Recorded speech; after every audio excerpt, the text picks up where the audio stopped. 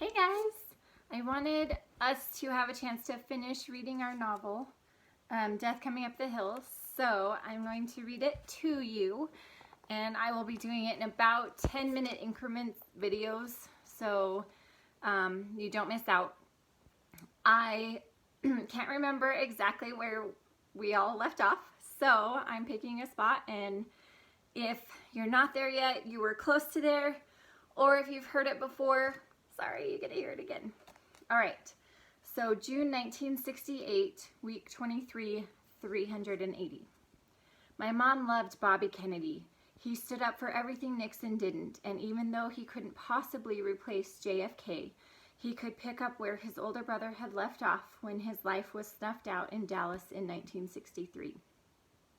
When Bobby entered the presidential race, even pregnancy couldn't slow Mom down.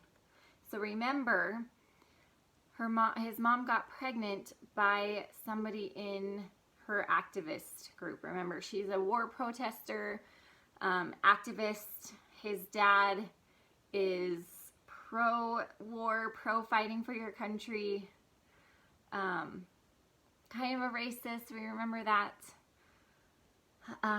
Anyway, she made phone calls, wrote letters, and attended rallies like it was going to change the world. A part of her had died when Martin Luther King was killed, but Bobby's campaign brought it back to life, and it distracted both of us for a time from the relentless slaughter in the Vietnam War. Wednesday night, Mom and I watched the California primary. Bobby Kennedy won, and throughout his speech, Mom stood and yelled "Right on" at the TV every time Kennedy made a point she liked. After the speech, reporters discussed the election results and Kennedy's chances in November. Then the TV picture lurched and rolled, and the people behind the newsmen started running and shouting.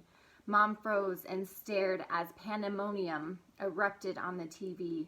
She faded back into her chair and one hand against her cheek while she stared in terrible white anticipation. The camera focused on the swirl of people, and the reporter disappeared from sight. Moments later, a panicked voice crackled through the airwaves. "Kennedy's been shot. My God, he's been shot." June 1968, week 24, 324. It's complicated. That's what Mom always said when I asked her when I'd meet the baby's father. Complicated was an understatement. I knew it was the age of Aquarius, you might have to look that up, and free love, but my own mother, a married woman, carried the child of another man. That was complicated for everyone involved. Mom's not stupid, so I couldn't figure out how she got pregnant in the first place. After all the grief she suffered from her first pregnancy, she had to know better. And given that I had no siblings, it was clear that she understood how birth control worked. Could she have fallen in love with some strange peacenik? Maybe it was just a desperate one-night stand that she fell into out of loneliness. Maybe she didn't even know his name. Maybe he was just drifting through and didn't tell her where he went next. I wanted to be mad at her, to punish her for putting that last straw on Dad's back, to make her pay for lighting the fuse that would blow up our fractured family. But I knew Dad was as much to blame as she was, and somehow I felt that part of the fault was mine too. I couldn't be mad at Mom or Dad for the complications that entangled us. Even with the flack flying around, Angela, remember Angela's his girlfriend, wanted to meet my parents. She's not like me that way. Conflict is one thing I avoid, but she sails in fearless.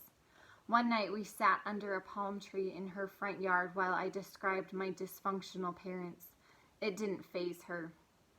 "Your mom sounds great. I think I'd get along really well with her." Then I told her about my dad and his old school views on politics, civil rights, and the war. She laughed. "It will be like Guess Who's Coming to Dinner, except that I'll be in Sidney Poitier's role, the outsider who's a dad's nightmare." I couldn't help smiling, and she knew she'd won. "Okay," I said. "I'll see what I can do." Angela hugged me hard and whispered, "This'll be a good thing, Ash. You'll see." The warmth of her embrace lingered. All the way to my front door, but when I opened it, the sadness at home swept it right out of me. I wished life was much less complicated. Sorry, I need a drink of water.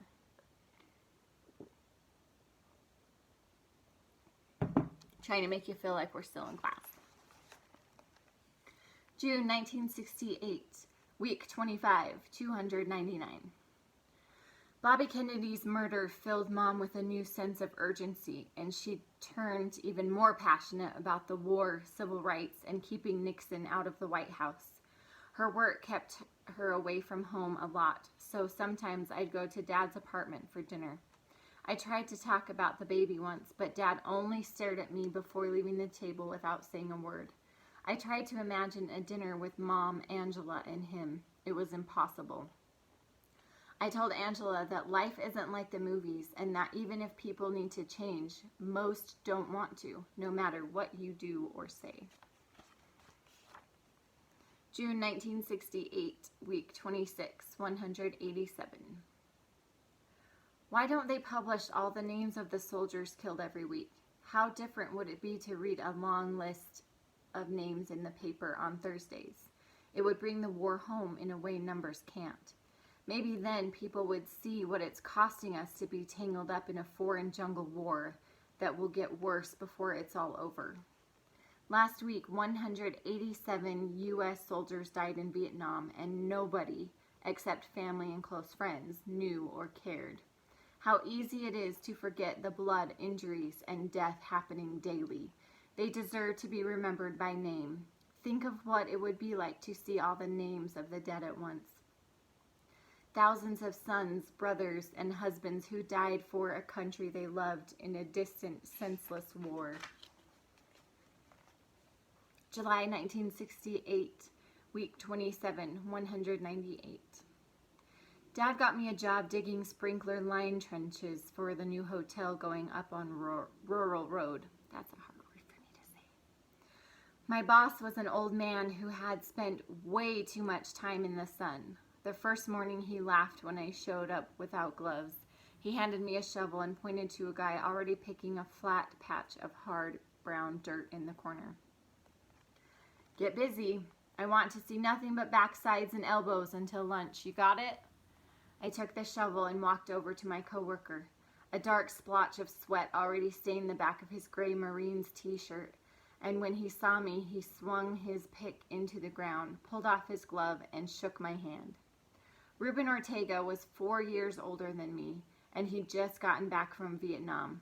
He lent me an old pair of leatherwork gloves and shared his ice water while we broke our backs on the hard-packed clay in the broiling July sun. And when we sat in the shade of the new building to eat lunch, he told me things that he had seen and done in Nam. Things that never made the newspapers. I was surprised how calm he was about the war and how his stories haunted me. It's a bad scene over there, he said. Real bad. He lit a cigarette, took a long drag, and while smoke drifted upward like a lost soul, he shook his head.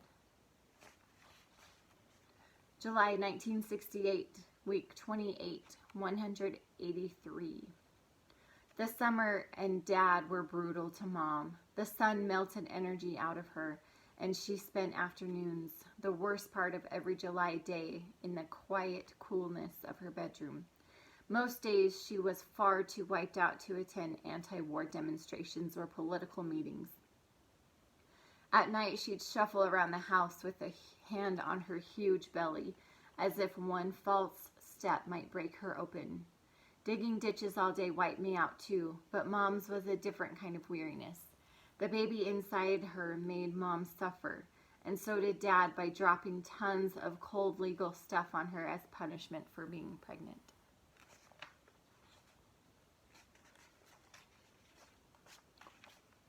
July 1968, week 29, 157. The summer tortured Angela's family as much as it tortured mine. Remember, she has a brother over in Vietnam. Still no word from her brother, and the army did nothing to help. She'd take turns with her mom and dad calling bureaucrats and writing letters. But in the end, the military Stonewall won. The Army knew where Kelly was stationed, but they couldn't or wouldn't confirm his status. When I went to the Turner's house on Friday night, the place felt like its spirit had been ripped from it. Her parents welcomed me like always, but their warm smiles couldn't camouflage the worry etched onto their faces. And even though we sat at the kitchen table eating cookies and chatting, the mood felt forced, fake, hollow. Angela grabbed my hand. Let's walk. Smoky strands of clouds stretched across the orange-red western sky, and the dry heat from the baked sidewalk warmed the soles of our shoes as we walked to Meyer Park. Waves of sorrow radiated from Angela, and when our hands brushed, she clutched mine and pulled us to a stop. Her eyes glistened with tears, and she started talking fast about Kelly, the war, the riots and demonstrations, the murders of Kennedy and King. Sometimes I feel like our world is drowning in madness and death. Her eyes pleaded for comforting, wise words, but I didn't know what to say. We stood there in silence while the last rays of color faded from the horizon. Then she squeezed my hand and we walked to the park where we sat on swings, sharing the weight of worry that burdened us. We didn't know what might still be coming up the hill in 1968, but we swore whatever happened, we'd face it together. Sitting there in the dark, our pinky fingers linked, I thanked God that Angela's life had intersected mine. All right, I'm going to stop there for today. Sorry, I'm in a little over 10 minutes. It was probably my commentary. Now we'll all be on the same page, and I'll keep uploading these videos. I hope you're still enjoying this book, and I hope that you are watching these. All right, see you next time. Bye.